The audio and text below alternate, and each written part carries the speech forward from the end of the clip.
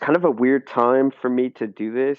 Uh, I almost kind of feel like I probably should have maybe pushed it back like a couple hours just because it's late here for me, but like in the States right now, if I'm correct, it's probably like 7 in the morning or so. So the benefit is, like I said though, this is recorded. I'm gonna keep this pretty brief because just from I mean, I'll tell you guys right now, we're gonna have a Medium article coming out, kind of explaining everything in a bit more detail. But we'd committed to doing the Twitter space, so I at least wanted to hop on here so everybody could hear me talk for a little bit. All right, so yeah, let's get into it, man. I think at this point, whoever's here is here. Um, I was hoping Solid would be on just because he's the main guy when it comes to the Midas Bank stuff. But all right, let me just quickly go over. If you guys check out the announcement tab on the Discord, I kind of gave a general overview of kind of the things we're going to discuss today. If Solid comes in, I'll let him kind of touch on the things that he wants to touch on. If not, I'll go ahead and kind of touch on the stuff that I'm comfortable talking about personally. So, all right, let's get into it, man. So as many of you guys already know, we're on version 2. At this point, it's been a hell of a journey, man. I mean, Midas DAO, its inception essentially started in October. We assembled a team together. This is back when I was an advisor. I think you guys can see like the very first message I put in the Discord was like, "Is this the next big thing?" or something like this. Something like this. So yeah, I mean, this idea has been around for a while. I've known Golden Boy for a long time.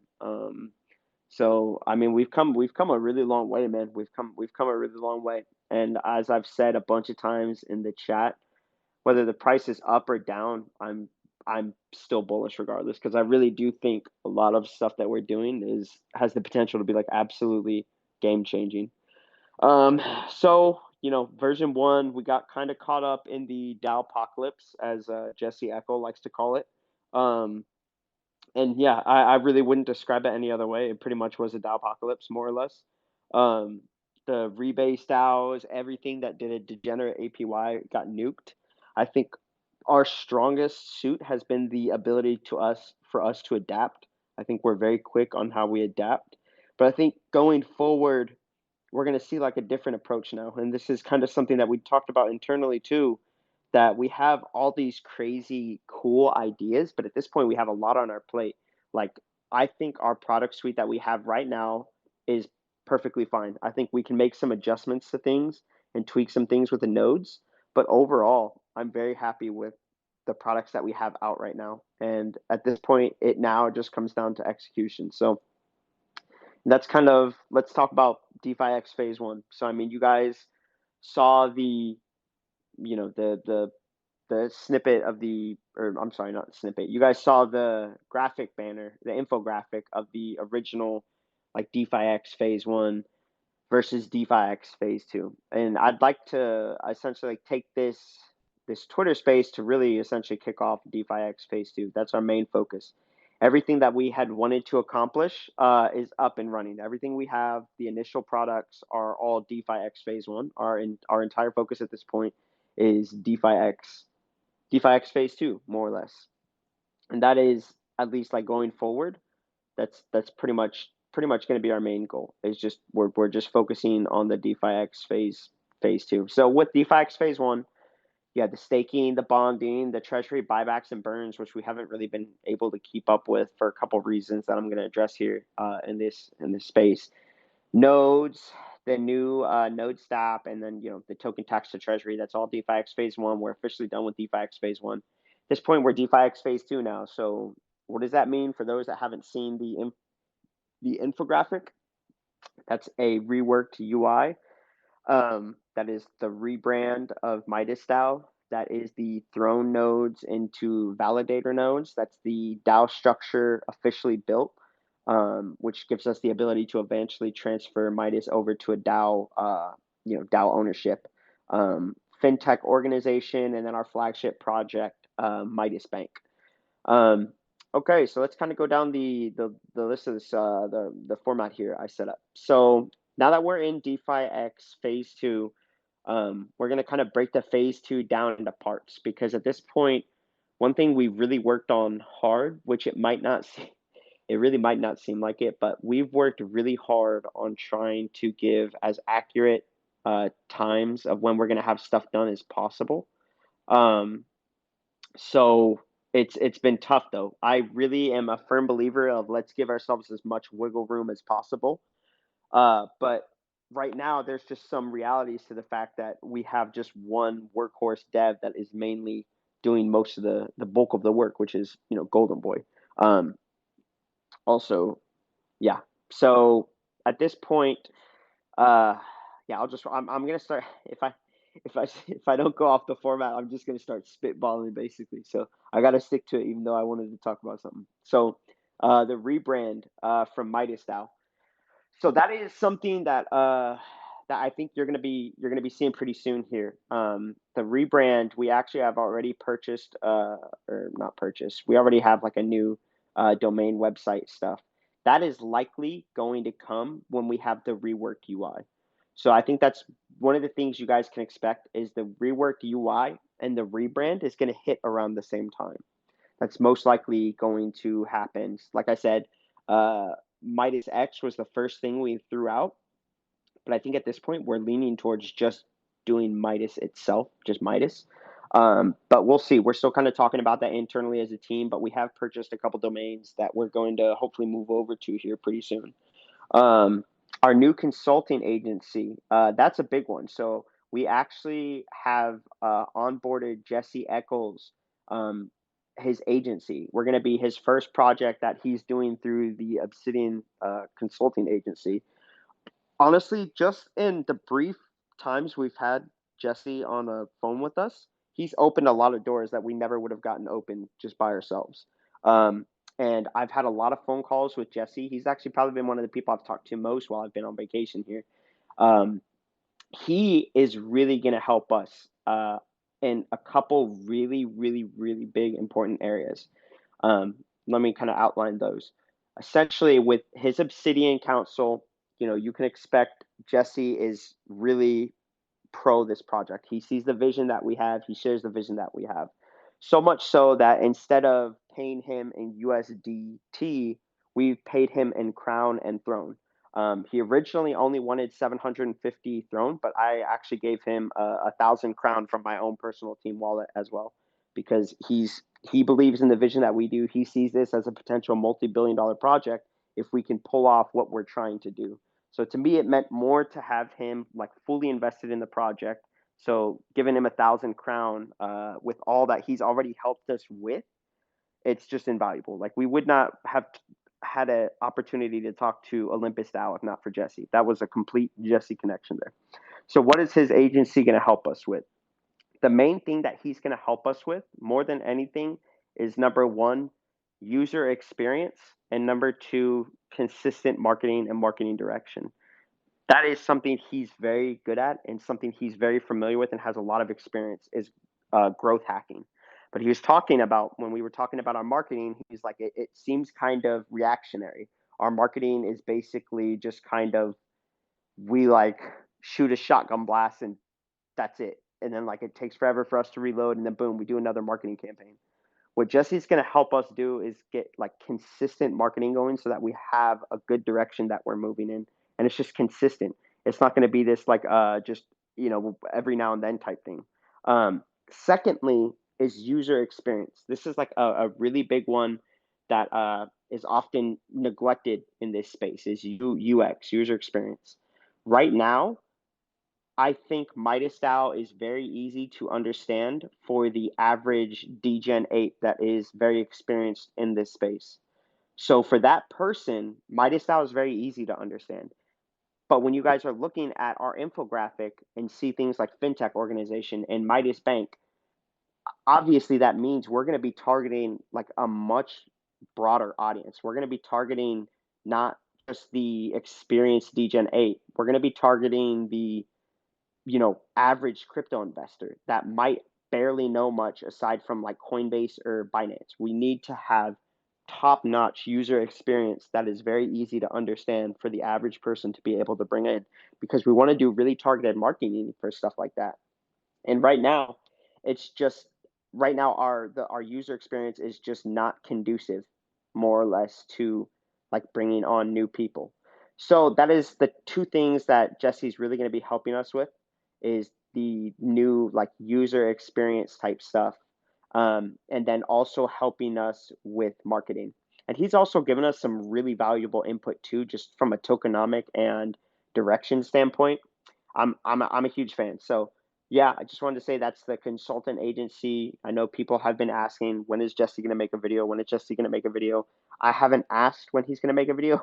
I know he's talked about involving his YouTube with this. So that's something I'm not really worried about. I think overall the impact that he's going to have in general and helping us get just like consistent, I think that's going to be really big. Okay, so that is the so I'm like scrolling through something here too. So I'm such a piece of shit, man. I don't know why I was just reading the chat. Yeah, so that's the consultant agency. So the Treasury growth plan, why this is my number one priority. Man, this is the biggest deal for me. I really, for our project to work, for everything that we're trying to accomplish to work, we need a massive treasury. And right now, most of the investments that we got in, with the exception of Food Farmer Finance, that was the only solid win that we got. And that's not good enough for me. That's not good enough. We need to be able to have our treasury growing at a larger rate and a much faster rate. And that is going to take getting into better projects, getting into more advantageous things. So one of the things that I've always been really good at in this space, is I'm very good at networking. I consider myself an insider. I'm not an influencer. Most of the things I get into are just simply because I have a good reputation amongst people. I don't bullshit. I fight hard for projects, so I know I can get our treasury a lot better spot. So like the recent thing we got into, Zap, was from a connection I made from just a long time ago. So these are the type of things that we need our treasury to be getting into more often, because we need that treasury growth. I mean, when you're talking about, and again, I can't really go into some of this stuff because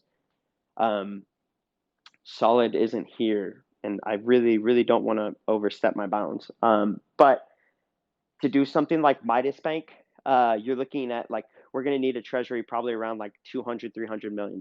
It's just the only way something like that even makes sense. So when I get back from vacation, I mean, that's some of the reason why we've pushed this back a few times. We were supposed to do it. Last night, but I've had this vacation planned for quite a bit. I've been in crypto full time for 2 years, and this is the first vacation I've taken. So I'm really just tried to focus on just try and unwind and just enjoy life for a little bit. So last night ended up going out and and stayed out till like 12 in the morning. So we had to push it back, and it didn't work for Solid to do it either. So that's pretty much my main plan, just for me personally, is just grow our treasury. I really want the month of March to like at least triple our treasury size, and I think it's completely doable with where we're at right now. We just need to get our treasury in really advantageous positions, kind of no lose situations. And that's what Food Farmer Finance was. That's why Food Farmer Finance did so well, because it was almost a no lose situation. We knew it was going to do numbers. We knew that we had a lot of tokens. It was a very advantageous position to be in. Okay, so I know next up will be questions that I'll read out from the community, but kind of the things I wanted to just like briefly touch on. Validator nodes, that's a big topic. That one I really would have preferred for one of the devs to hop in here too. I don't really want to touch on validator nodes too much. If anything, what I'd like to talk about is probably the changes that we're going to be going with on the current node model. We need to get our current node model in a really good position before we look at changing into validator nodes. And I think right now, the main thing that I've looked at, this is something I actually talked with Jesse about too, is going with a much more scarcity-driven model. I think with our nodes, I don't personally like the fact that we're constantly replenishing them. I think if you have a scarcity-driven model, it would do better for it. Another thing we've been looking at too is changing how to even get nodes, because I really am not a fan of the unnecessary sell pressure that creating a node makes too. I'd much prefer to, instead of add to LP, to just add to Treasury and burn. How would that work? You'd be looking at something like an LP pair to make a node. So instead of it being burn half or burn and then sell some for LP, this would be more like, create an LP pair, break up the LP pair, burn the tokens, add the MIM to Treasury, something like that. Those are kind of a couple of the ideas that we're kind of throwing around right now.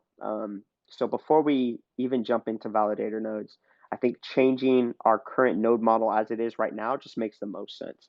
And it is something we can do without like drastically changing the direction of this protocol. And it wouldn't require a new contract or anything like that either. And that's kind of what I said at the beginning of this Twitter space too, is I'm comfortable with our products that we have right now. It just needs tweaking at this point. We just need to tweak. And then it's all up to execution. Like our treasury growth, 100% up to execution. Like that is just me, Peaceful, Oryx, and Jin just being on point in this stuff that we're getting in. That's how we're going to grow the treasury. Okay. Onboarding new team members. That is something we are actively pursuing right now. We have like 3 devs right now that we're essentially like testing out.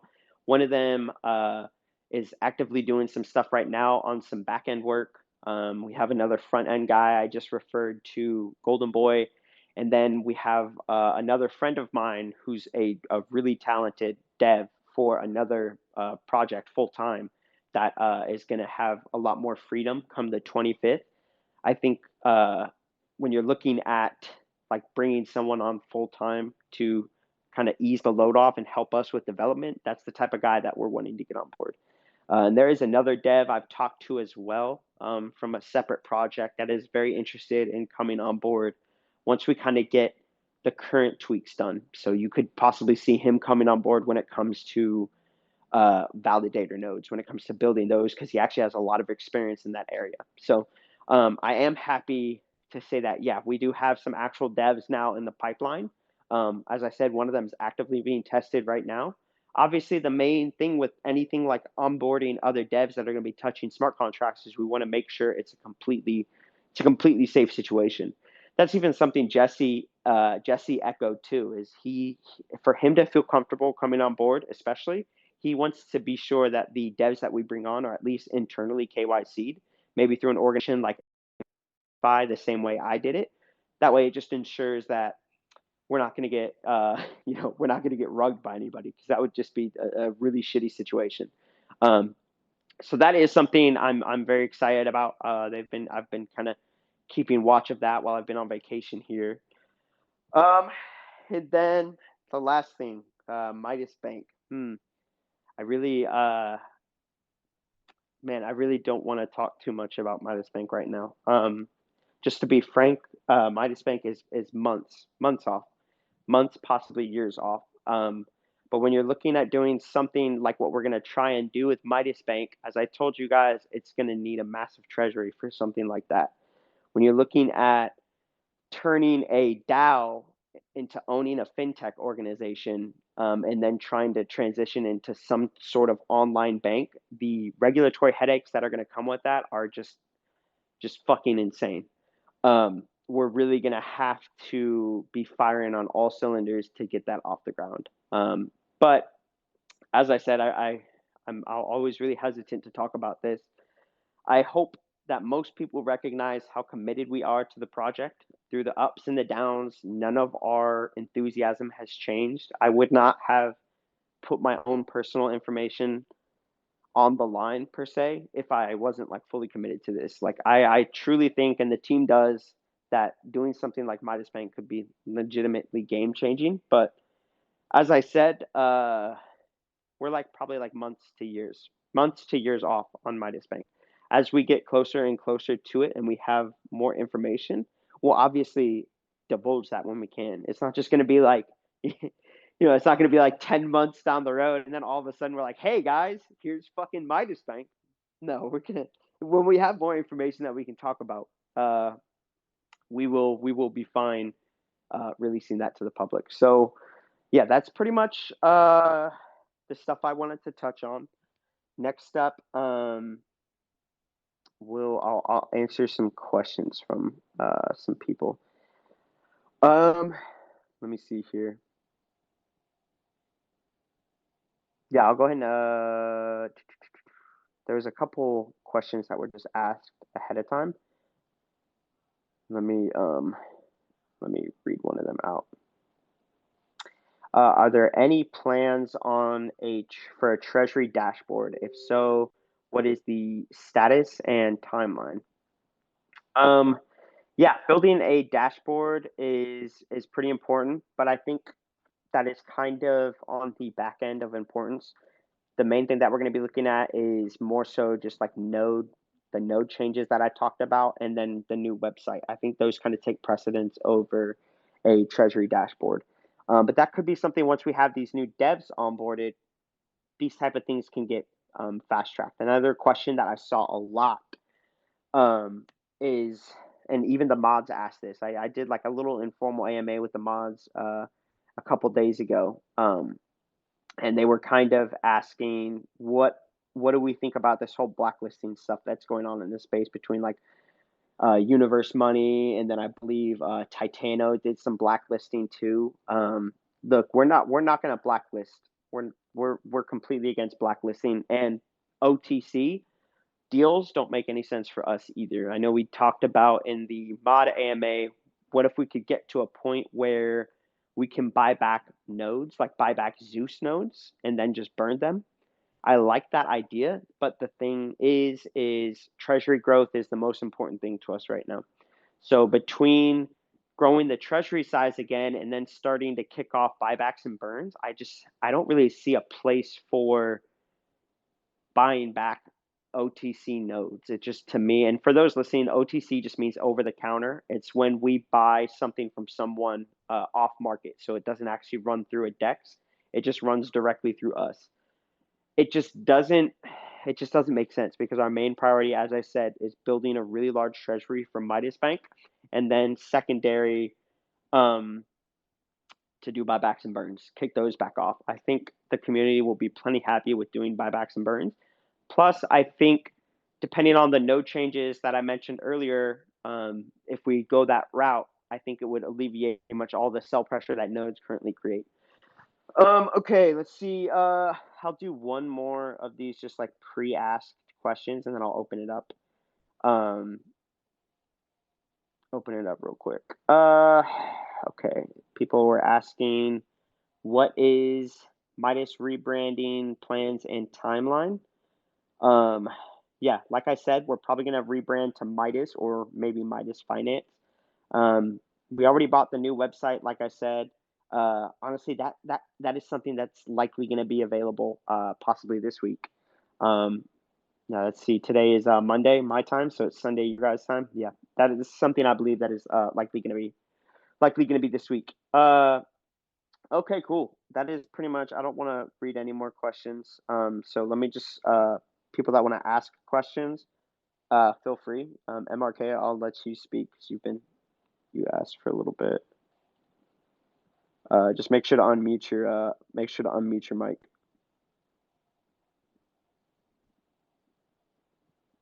Your mic is currently muted. Hi guys. Hey, how are you doing, mate? Pretty good. How about you? I'm doing fine as well. All right. No issues. I just passed the question. Anybody can ask the question. I'm actually doing some stuff in here. So please, guys, continue. I'll just listen. Oh yeah, no problem. Okay, if anybody else has any questions, feel free to raise your hand, I guess, and just ask. And like I said at the beginning, I'll reiterate this too. We're likely gonna have a Medium article coming out here shortly, kind of going over some of the stuff here that I talked about. But I just wanted to do this AMA because I committed to it and kept pushing it back because I was either out or just me and Solid were busy. So just wanted to press forward with doing it. And again, this AMA is recorded too. What's good, man? Hey, man. Looking at going with the Midas Bank, are you guys considering, if you guys are looking at a bank charter, that can be, one, expensive, two, take for freaking ever. Have you guys looked at possibly looking at some of these small rural banks and acquiring one in order to transition and utilize their bank charter? That is something that we had actually initially talked about. So when I had said that Peaceful one day had a crazy idea, that was essentially what the original idea was. Mm-hmm.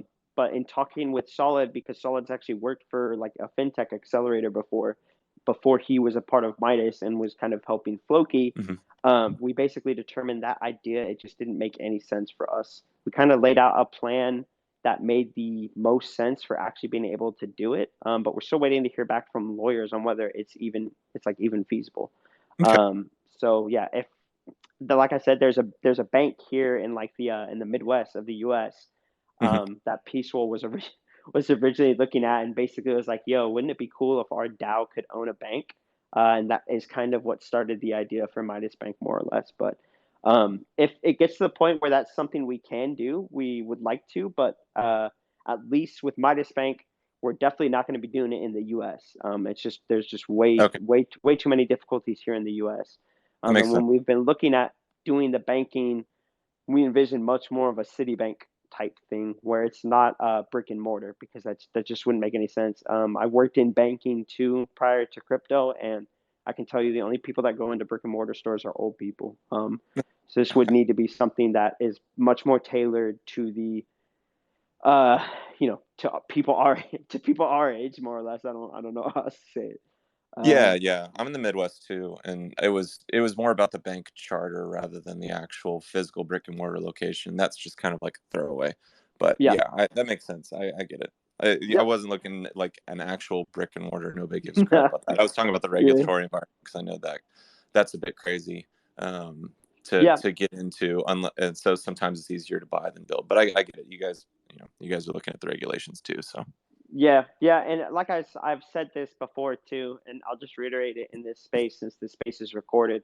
If it gets to the point where it doesn't make sense for us to go forward with Midas Bank, we will be very upfront about that with the community. That, hey guys, we went down this path, we tried everything we could, and it's just not going to work out. If it gets to that point, we're going to be completely upfront about it. We have some other ideas too that would probably be easier for us to achieve, but part of the reason we're wanting to do this is because we think it could actually be something that would change. It could potentially change kind of how DeFi would look in the future, and that's really what we're wanting to do. And we haven't seen anybody else even talk about trying to do something like this. So we originally, really the only reason I'm even talking about this was something that we wanted to keep internal for a while. But it was actually one of the calls I had with Jesse, who suggested that we at least let you guys know that this is what we're trying to do. I was much more of the volition of, we're not going to talk about this until we actually have something incorporated in one of the foreign countries that we're looking at. I didn't want to do anything until we had like solid meetings with lawyers done. But like I said, Jesse suggested we at least talk about it now, so that the way the team can kind of see where our head is at, see like what we're even thinking about like trying to do. But there is pros and cons to that. Pros that you guys can get excited with us. Cons that you guys are just gonna have to wait for us to see if we can deliver on it. But as I've said, hopefully you guys have seen us deliver on pretty much everything else we've tried to do so far. So that's pretty much that. Okay, let me see. Let's see here. I'll probably take like two more questions. Rocket Tonic, I'll go ahead and let you speak, man.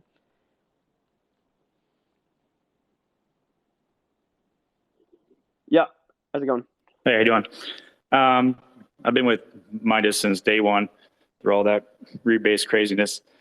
And I'm actually shocked that we're still here, which is pretty awesome because I believe in the team. So my question is, in terms of sustainability with these nodes, I'm assuming there's no way with emissions right now we're sustainable right now. So how long do you think it'll take just based on the nodes to be sustainable? I think that's going to come with some of the changes that I mentioned earlier that we're going to be trying to do. I think some of those will help cut back a lot on the emissions, especially when you go to a more scarcity-driven scarcity-driven model. And I think, like I said, we're looking at some other changes beyond just being like, all right, this is all the nodes that are ever going to be. So that's something that we're aware of right now, because I think right now the nodes emission is even higher than the APY when the APY was recently at like 300,000%. And even that wasn't sustainable enough for the future of the project. So yeah, that is something that we are, like I said, we're painfully aware of that, and we're looking at doing some tweaking to the nodes right now. We do still like the nodes model. I think it's cool. At this point, we have it out now, so we're just gonna make changes to it, and try and work around the current setup that we have right now. What we don't want to do is end up having to go to like another contract to change things that dramatically. But yeah, we're just looking at doing some tweaks to it right now, and depending on how the changes to it go, we'll either be happy with it or need to adjust it again. But yeah, emissions is definitely a part of the problem. I think the other thing is the sell pressure from it. I'm just really not a big fan of too. I know the community wasn't like a really big fan of it either. So appreciate it. Okay, this will be the last question here. Let me see.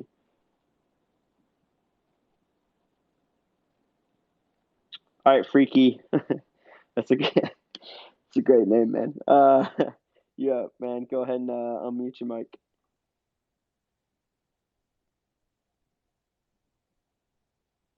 Yo, Freaky. Hey, you're right there. Hey, how's it going? Yeah, good. Thanks, man. I don't know if you kind of touched on it, but recently from the Midas Twitter account, seen a tweet regarding the marketing campaign where they've already spent like $240,000. Is that all going towards this Jesse and his campaign, or is it going to be split with different people? Is he part of the marketing thing? That's a good point. No, Jesse and Obsidian are coming on as a consulting agency. The marketing agency has been paid the $125,000, I believe it was. So yeah, they've already been paid. That's a separate thing. And that, as far as I was aware, all they were just changing on were the Twitter KOLs, which are key opinion leaders, influencers, basically. They were just changing out the influencers that they wanted to start pushing for the marketing on that. But yeah, that marketing campaign has already been paid for, and that's separate from what Jesse's going to be doing. Okay. Has that started yet, or is it in the process? Sorry. No, it hasn't. It hasn't started yet. It's in the process. Excellent. Okay, cool. Thanks. Thanks, guys. Yeah, so I think for the most part, guys, that'll probably do it for now. It's kind of late my time. I kind of want to go eat. Like I said, for those of you guys who aren't aware, I'm currently on vacation. I'm in Bangkok, Thailand. Just having pretty much the trying to have the time of my life, despite the fact that the markets are making me regret everything I ever buy here. But for the most part, I'm likely going to be back full time managing the Treasury, probably sometime around like March 7th or March 8th. I will be leaving Thailand beginning of March, and then I'm going to an event with a couple people from the Midas DAO team. So I'll actually be able to meet a couple of these beautiful bastards.